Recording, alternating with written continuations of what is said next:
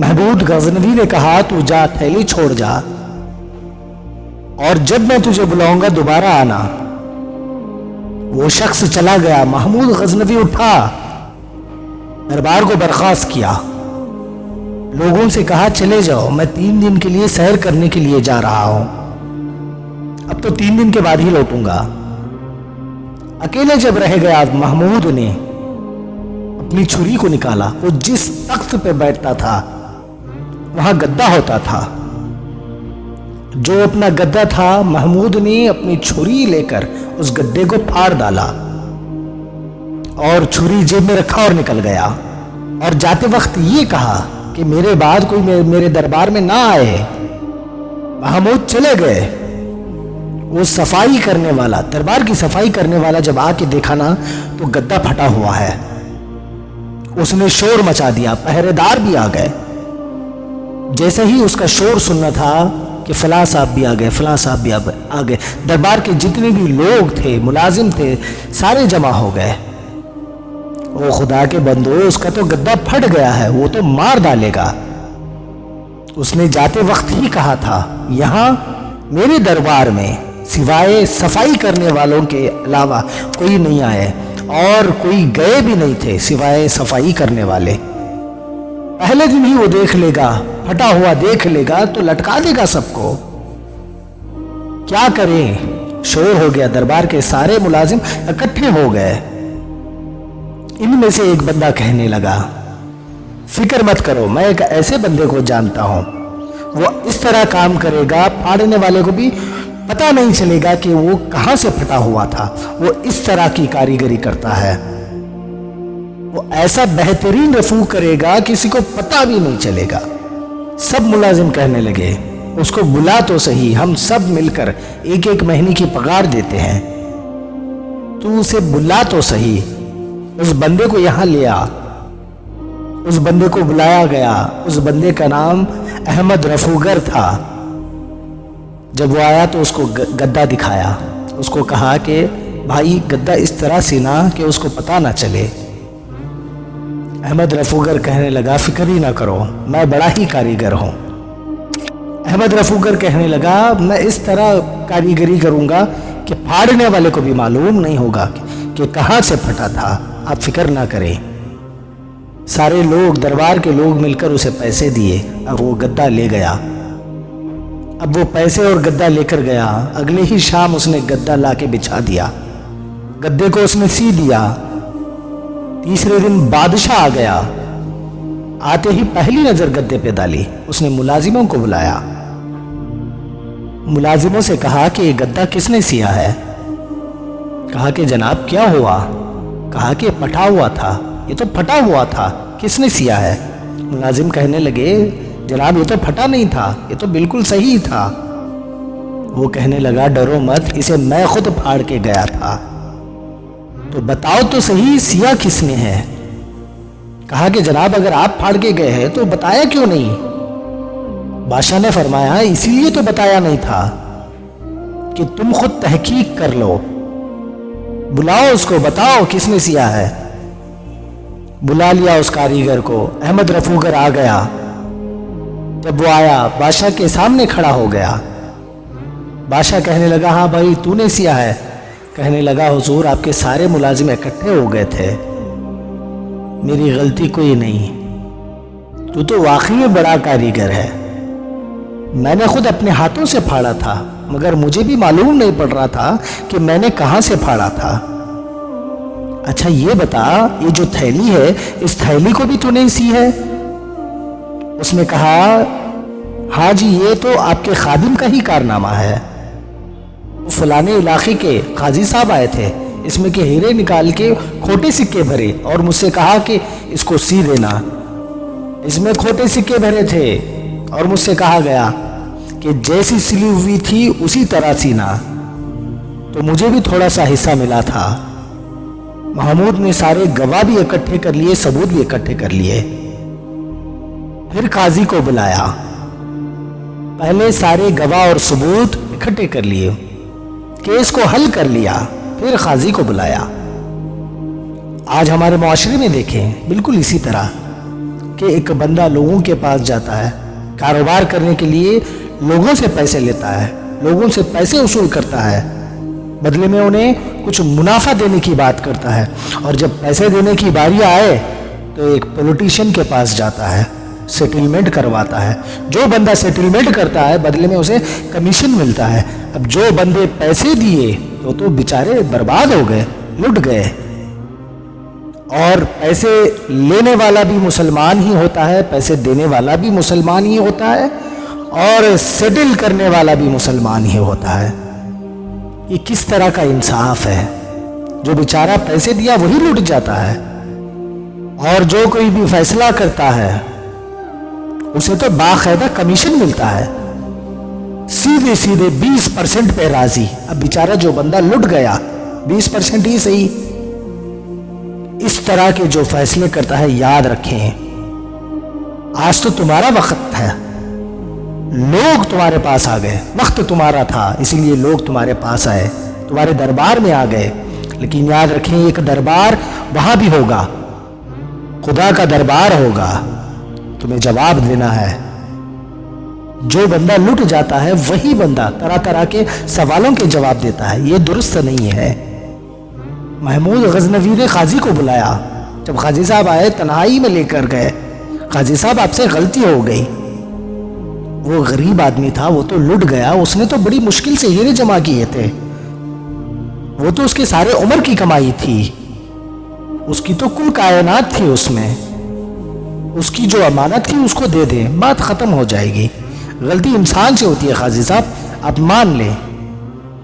قاضی صاحب کہنے لگے آپ مجھ پر الزام لگا رہے ہیں، سوال ہی پیدا نہیں ہوتا، آپ میری داڑھی دیکھیں، آپ میرا اعزاز دیکھیں، لوگوں میں دیکھیں میری کتنی عزت ہے، ساری دنیا جانتی ہے کہ میں کس طرح کا انسان ہوں۔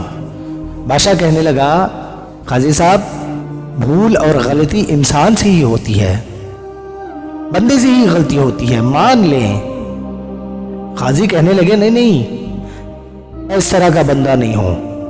بادشاہ کہنے لگا کہ میں تنہائی میں پوچھ رہا ہوں، میں اس وقت پوچھ رہا ہوں جس وقت دوسرا کوئی موجود نہیں، آج ہی توبہ کر لیں، میں تمہیں کچھ نہیں کہوں گا، میری زبان پر اعتبار کر لے، اور تمہیں معلوم بھی ہے جو میں کہتا ہوں اس بات پر ڈٹے رہتا ہوں۔ قاضی صاحب تمہیں اچھی طرح سے معلوم ہے جو میں کہتا ہوں اس پر میں عمل بھی کرتا ہوں، باز آ جا۔ پر قاضی نے کہا میری کوئی غلطی نہیں۔ محمود نے پھر بھرے دربار میں بلا لیا، مجمع عام میں۔ مہلت کے دنوں میں جو توبہ کر لے وہ بچ جاتے ہیں۔ بھرے دربار میں قاضی کو بلایا، بھائی تو مانتا ہے کہ نہیں؟ اس نے کہا نہیں۔ تو پھر بلاؤ احمد رفوگر کو۔ جب وہ احمد رفوگر آیا تو بوڑھے قاضی کی ٹانگیں کانپنے لگی، جملے ٹوٹنے لگے، لفظ زمین پر گرنے لگے، بات صحیح نہیں ہوتی، زبان لڑکھڑانے لگی۔ محمود غزنوی نے کہا قاضی میں تجھے وہاں پوچھ رہا تھا، میں تو تجھے تنہائی میں پوچھ رہا تھا، پر تو نہیں مان رہا تھا، اب بھرے دربار میں بول۔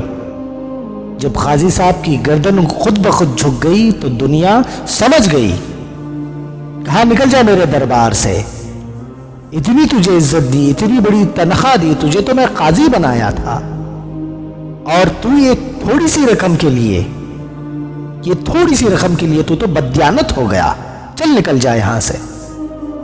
قاضی جب دربار سے نکلا تو لوگ لعنتیں برسانے لگے۔ کل تک جو سلام کرنے والے، سلیوٹ کرنے آ جاتے تھے دکان چھوڑ کر، وہ کہنے لگے اس کی عمر دیکھو، اس کی داڑھی دیکھو، اور اس کے کام دیکھو، ذرا دیکھو تو صحیح اس نے کیا کیا۔ گھر گیا، بچے جن کے لیے باپ کمایا تھا، بچے کہنے لگے ابا جی ہم تو اسکول مدرسہ جانے کے قابل نہ رہے، اس نے سوچا تھا کہ بیوی ساتھ دے گی، وہ کہنے لگی میں تو میکے کیسے جاؤں گی۔ گلی کی عورتیں طرح طرح کے باتیں بناتی ہے۔ یاد رکھیں کامیابی کے بڑے سربراہ ہوتے ہیں، جب بندہ کامیاب ہوتا ہے تو سارے کہتے ہیں کہ میری سپورٹ سے کامیاب ہوا ہے، اور ناکامیاں یاد رکھیں ناکامیاں ہمیشہ یتیم ہوتی ہے، ناکامیوں کا کوئی سربراہ نہیں ہوتا۔